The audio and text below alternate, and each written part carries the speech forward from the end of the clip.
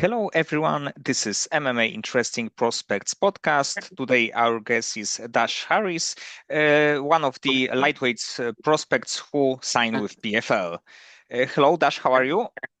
Doing all right. And a few days ago, you had a really big opportunity to fight in PFL. So, if you can tell me from the beginning of the story, when did you find out about this fight? I was supposed to fight at a promotion called EFN in Hammond, Indiana, against a guy named Chris Renteria. But unfortunately, when I was training, I had sustained an ankle injury.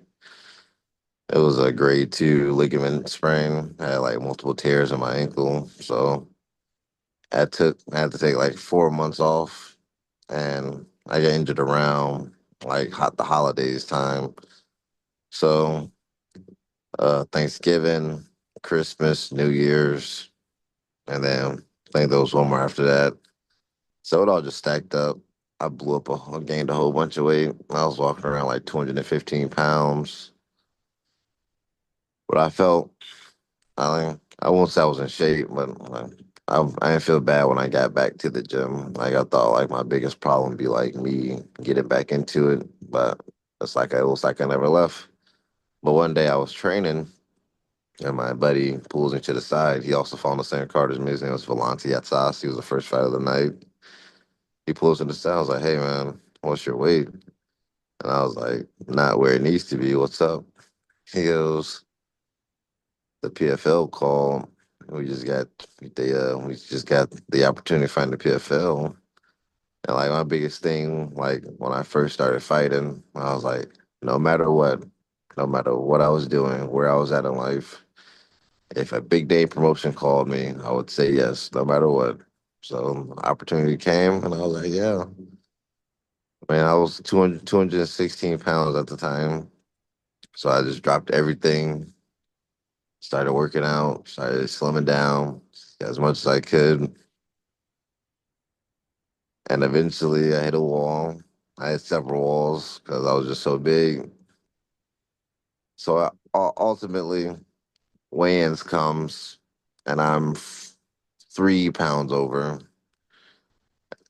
I missed weight. They still accepted the fight, even though I missed weight. And honestly, I just felt like the weight cut took it out of me. And didn't give, I wasn't able to perform how I should have performed.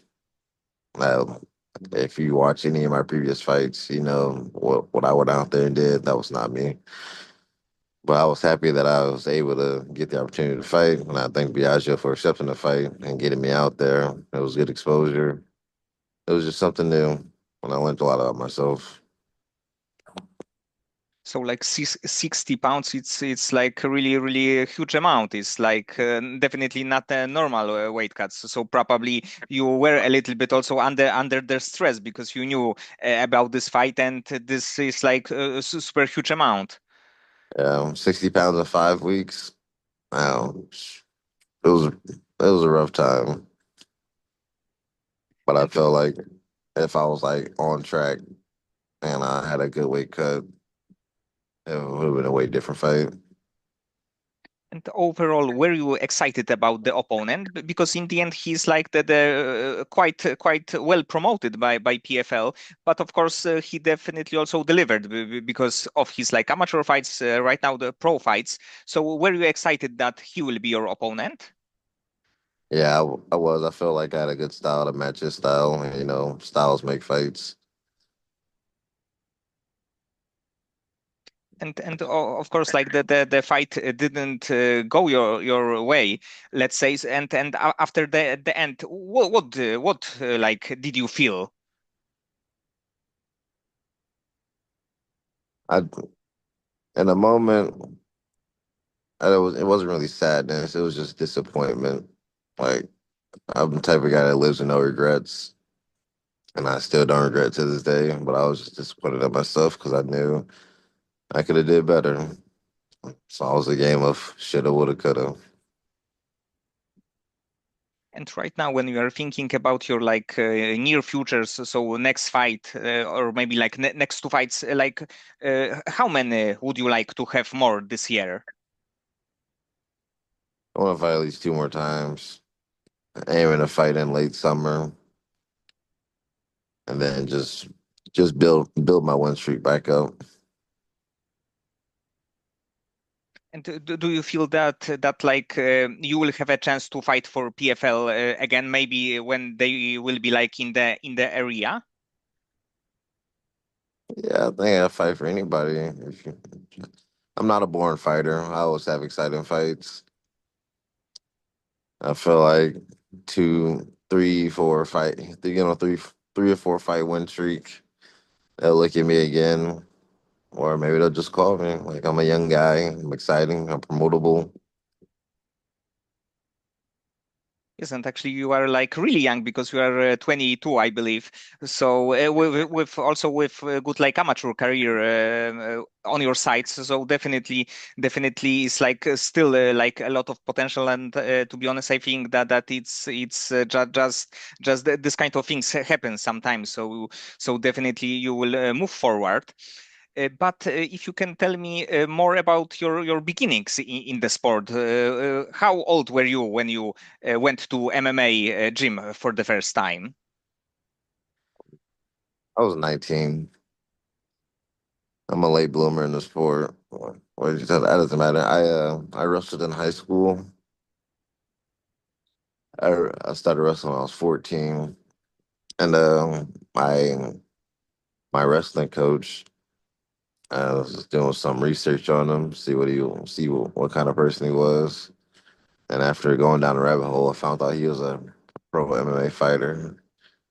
And I was like, you know what, this looks fun. I want to do this. He shut down the idea immediately and told me to focus on wrestling in school. But I hassled him every year after that, every single year.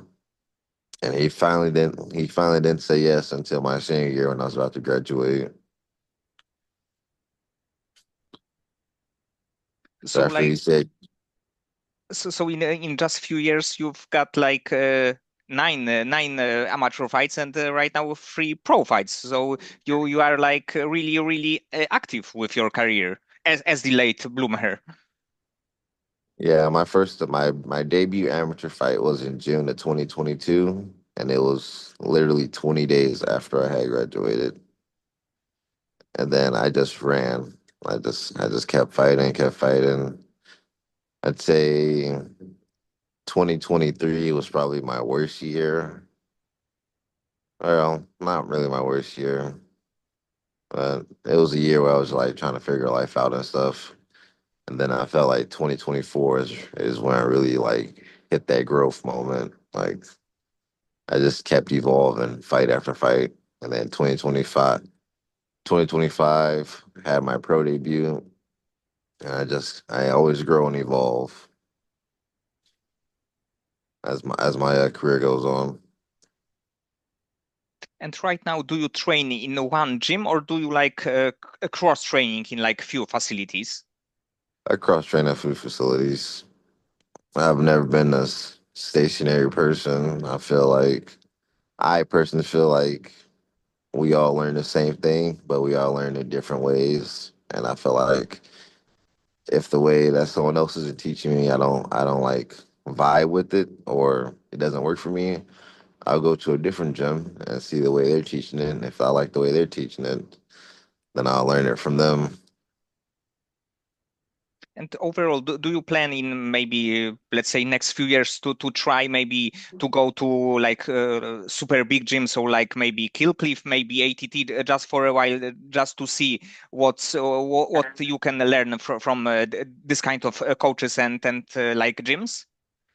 Yeah, I've always wanted to go to Vegas. Like I'm a big traveler. I like traveling all over the place. Like I had plans to go to Thailand last year. They didn't follow through, but you know, just like getting like the traditional training and just feeling that authenticity, I feel like it'd be good for me. And actually, like Thailand is of course, outside of US, it's the best place to train because of the like so many gyms, so many fighters. So probably when you can like choose one country, it would be like Thailand. Yeah. And right now, do you have like maybe one, maybe few fighters from the UFC that like impressed you in like last maybe 1 maybe 2 years, so you can think that they will be stars or they are stars right now? Say it one more time.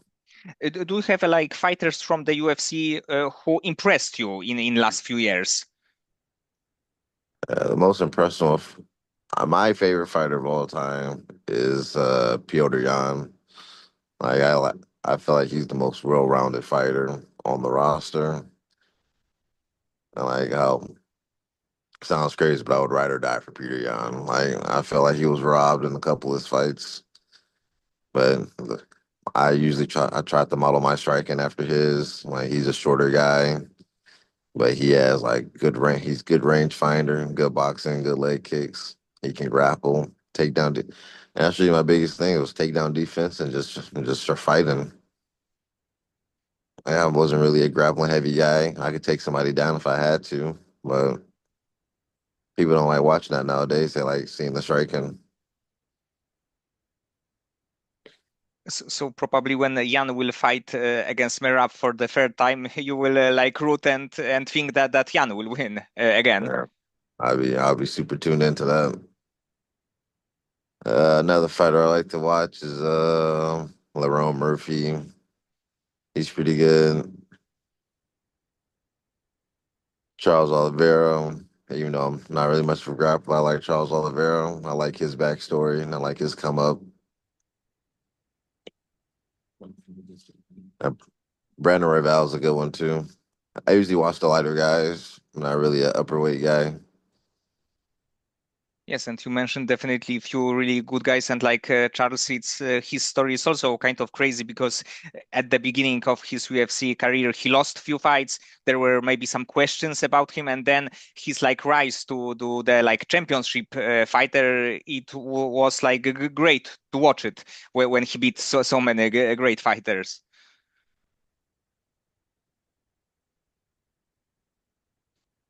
Okay, Dash, so many thanks for the time and for conversation.